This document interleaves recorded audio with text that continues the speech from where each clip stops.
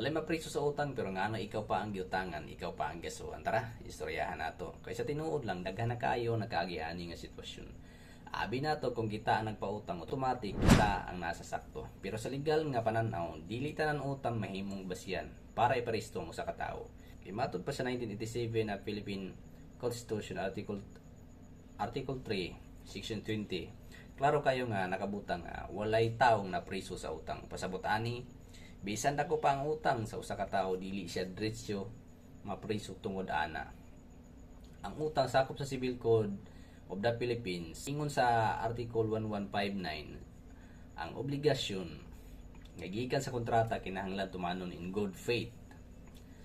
Kumbaga sa sakto nga pamaagi. Ug sa Article 1315 ang kontrata mahimong mabuo pinaagi sa consent sa duha ka partido. Bisan pa og verbal, pero kinahanglan mo bayad ang nangutang. Ang gustong buhaton mao ang pag-file og kaso para sa collection of sum of money. Dili ang pagpadako or pagpaaresto. Mao na nga dagdag kalaman kay bisan pa klaro nga naay utang dili na criminal case.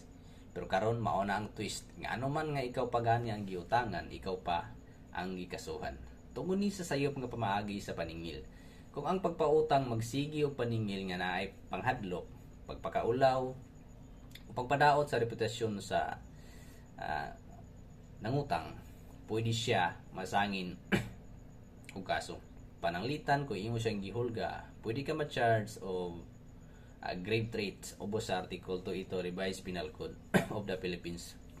Kung sigin mo siya og samok og pressure ginawi nga magsamok-samok ka sa iyang peace of mind, pwede po ka masangin og unjust vexation. Mao na nga bisan ikaw ang biktima sa utang, dili sakto ang imong lihok o pumaagi, ikaw na hinuon ng mahimong kusado. Dire na to makita ang balaod, dili lang mutan-aw kung kinsa ang naay utang, mutan-aw pud kini kung unsa ang imong gibuhat samtang naningil ka. Usa pa jud nga pinaka-importante sumala sa rules on evidence, he who alleges must prove.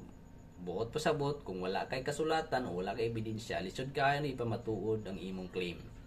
Ang korte manggod magbase sa prueba or proof, dili sa istorya or chismis.